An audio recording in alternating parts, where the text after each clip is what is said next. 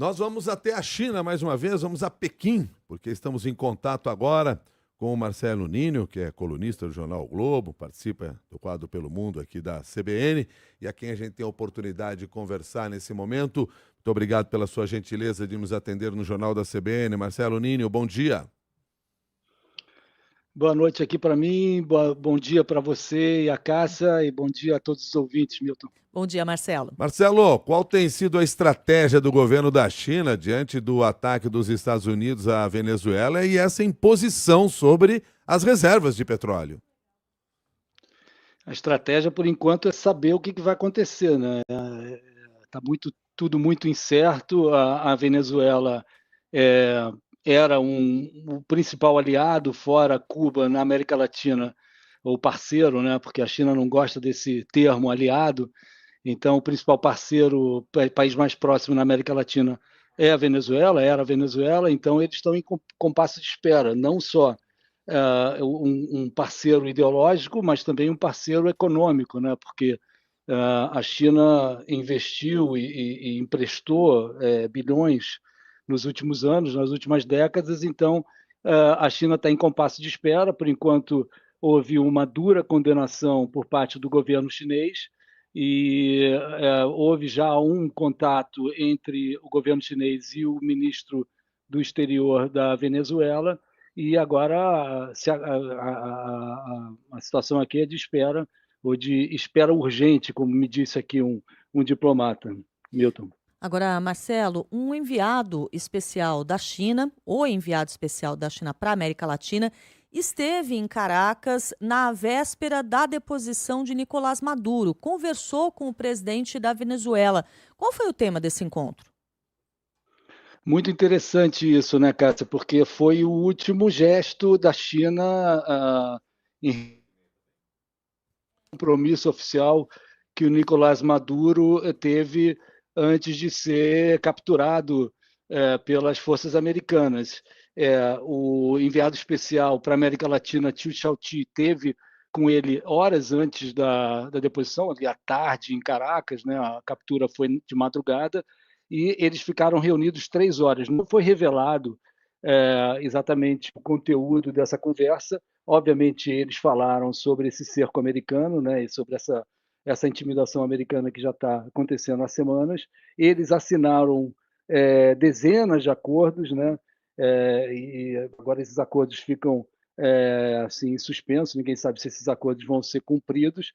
E o que é interessante é que o Liu Shaoqi, que é esse enviado especial da China para a América Latina do governo chinês, que já foi embaixador, que é um diplomata experiente, já foi embaixador inclusive no Brasil, ele e a delegação dele, eles estavam em Caracas quando aconteceu o atentado, o ataque, desculpe.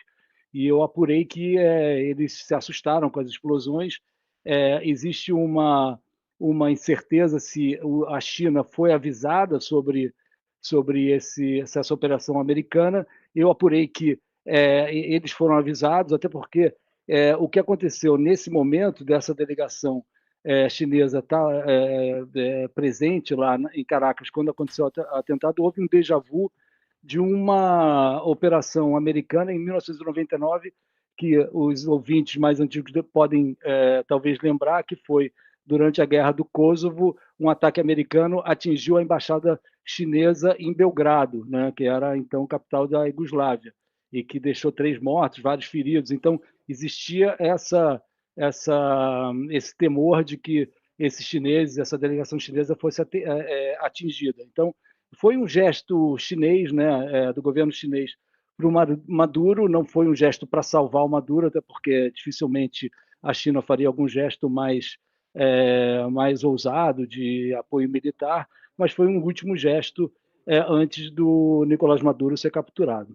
E Marcelo Ninho, é cedo ainda para saber se mudarão as ações da China em relação aos países da América do Sul nas parcerias que existem com a América do Sul. Pode haver alguma mudança nesse sentido? Provavelmente não, Milton, porque as parcerias da China na América do Sul, América Latina em geral, são parcerias principalmente econômicas, né? Parcerias que interessam aos países da América Latina. O Brasil, por exemplo, tem na China o maior parceiro comercial. Os ouvintes e alguém pode dizer que existe alguma afinidade política, ideológica entre os governos, mas a afinidade principal é econômica, e assim acontece com vários países da América Latina. Muitos dos países da América do Sul têm na China o principal parceiro comercial, também muitos investimentos chineses na América Latina.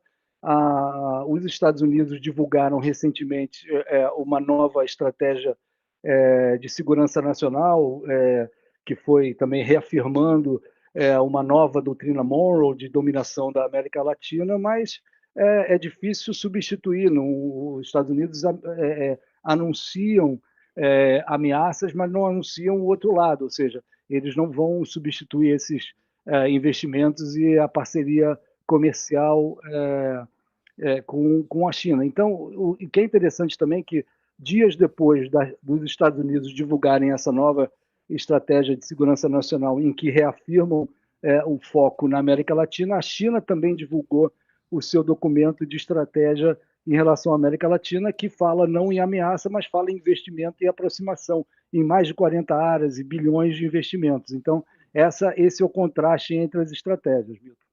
Nós temos a previsão de que agora, no mês de abril, o presidente dos Estados Unidos, Donald Trump, visite a China.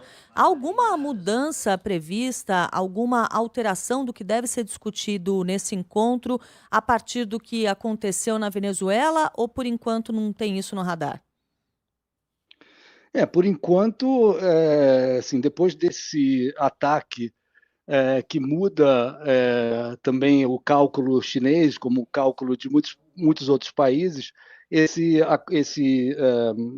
encontro entre o Xi Jinping, que é o presidente da China, e o presidente Trump aqui em Pequim, que seria em abril, não foi confirmado oficialmente. A China não vai divulgar, principalmente num momento desse, não vai abrir os planos, até porque ainda existem negociações dentro da área comercial, e não só da área comercial. Os Estados Unidos e a China estão negociando vários outros temas importantes para os dois países, e o Donald Trump tem a ambição de anunciar um grande acordo entre os dois países aqui em Pequim.